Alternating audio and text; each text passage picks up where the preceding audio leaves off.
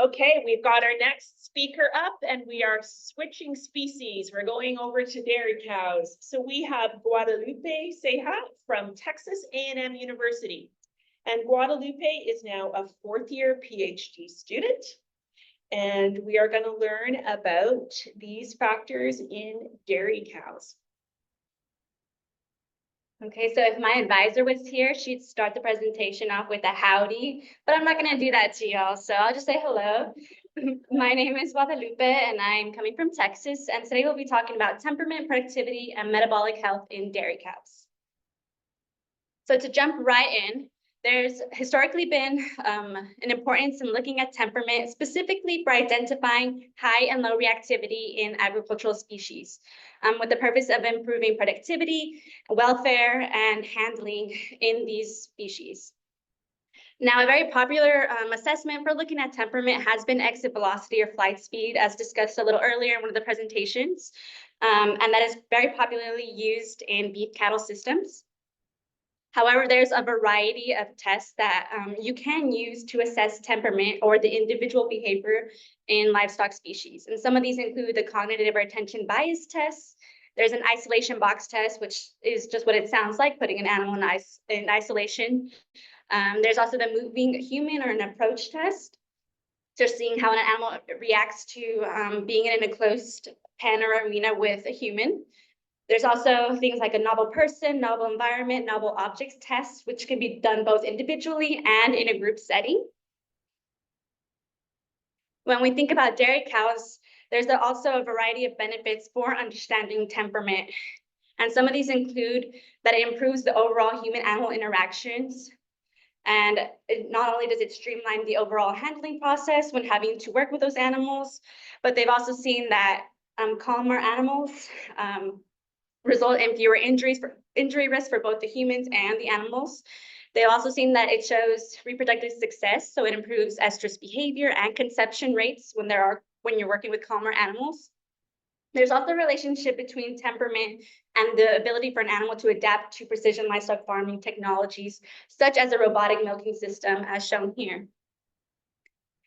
In addition to that, they've seen that it's related to that overall milk production. So how an animal copes to a stressful situation does impact overall production and health of that animal.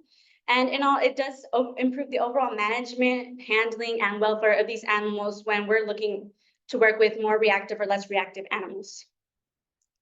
So also with that in mind, and when looking at these different interaction points when a dairy cow has to be handled in a production setting, how would you think a dairy cow would react in, let's say, a chute test where we're looking at exit velocity or flight speed?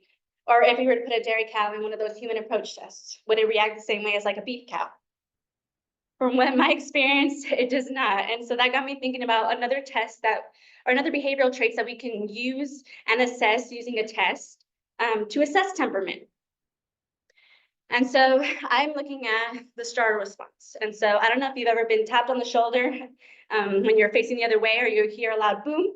That elicits that startle response. So an auditory or tactile stimulus will then send signals to your brain that activate these descending pathways that stimulate the sympathetic nervous system. And so this is your fight or flight machine.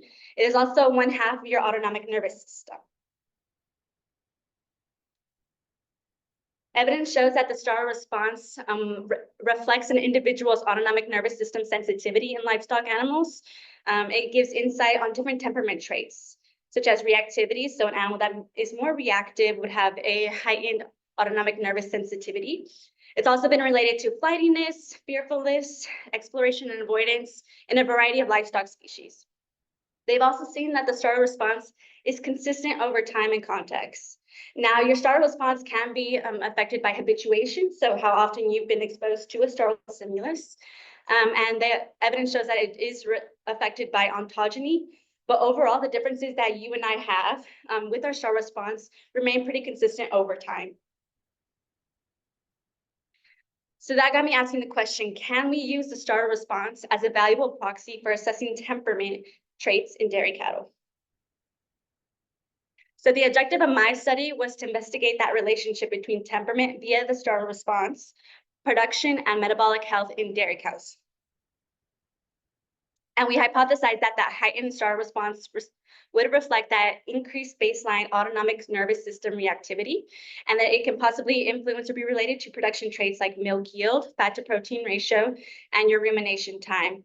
And I think the key here is really looking at that relationship between startle response and that fat to protein ratio, because I think that's where we'd see the most differences. So the methodology for my study was that I used 13 Holstein dairy cows. I looked at them over a 45-day period on a commercial facility that is managed using a robotic milking system. So with that milking system, I was able to get milk production, so milk yield, fat to protein ratio. I was also able to get rumination time from the activity collars that they wear. And using the behavioral data from the startle tests, I was able to get startle magnitude and activity, which I defined in the next slide. I use proxmix and prox regression in SAS with my p-value defined as less than 0.05 and a tendency between 0.05 and 0.1. And this is just an example of what that test looks like out in the field. And this is a commercial facility, so we are at the whim of availability of animals and also like where we can do the test. So, and then this is what the average reaction looks like, but we always have one or two who somehow are able to jump over the fence and escape. So some really don't like this test. My behaviors that I looked at were defined with this ethogram. So startle magnitude is that latency to settle. So the cows enter the arena, they're acclimating in that space for a minute. After a minute, the umbrella is open, and then I recorded startle magnitude. So the activity after the umbrella is open, your startle stimulus, until they stop moving again. And then I got total activity, or that post-startle activity, which is any kind of movement, duration of movement after the startle magnitude. And all of that is recorded over a minute time, and then the cows exit the arena. So for my results, I included some descriptive statistics of my cohort of animals. We can see that they do meet production standards when we're looking at just milk yield and fat to protein ratio. So these were healthy animals producing what we would expect in a commercial setting. There's also, when we look at rumination minutes, they ruminate for like about an hour, 9 hours and a quarter and a half, which is where we want them to be. So overall, this was a good cohort of animals to assess in the study. When I looked at the 5 different variables, so rumination time or rumination minutes, activity, so that's that post-startle magnitude activity that I assessed, and milking, so number of times these cows were milked per day, and then also startle magnitude, and then your fat to protein ratio, and their effects individually on milk yield. We do see that the rumination time and number of milkings per day have a significant effect on milk yield, which is something we already know in the literature, so this is what we would expect. When we look at fat to protein ratio, and again, with the effects of these 5 different variables on this fat to protein ratio, again, we can see that rumination time or rumination minutes and number of milkings per day also have a significant effect on fat to protein ratio. And we do have a tendency for significance with startle magnitude on these milk components. I then wanted to further evaluate this relationship using a regression analysis. And so on the x-axis, I was sitting in the back, and I know it's kind of hard to see, so I apologize for that. On the x-axis, we have startle magnitude, and on the y, fat to protein ratio. And we do see that there is a significant relationship between these 2 variables. However, it is likely that startle magnitude, or based on that R-squared, startle magnitude only represents a small portion of that variance with fat to protein ratio. And that R-squared is 0.013. I then wanted to look at that same relationship, but with milk yield. So startle magnitude again on the x-axis and milk yield on the y-axis. We did not have a significant relationship between these 2 variables, but I do understand that day of milk and stage of lactation really impacts milk yield. And so I did separate my cows into their lactation stage. So for those who are not familiar with the dairy industry, early lactation is just 0 to 100 days of milk. And then I had my middle lactation stage, so 100 to 200 days of milk, and I didn't have any late lactation cows. And we did see that there are significant p-values for both lactation stages. And again, the R-squares were both below 0.03 or 0.04. So even though that there was a significant relationship, startle magnitude only represents a small variation in milk yield. So overall, rumination minutes or rumination time and milk frequency of milkings were positively associated with milk yield and fat to protein ratio.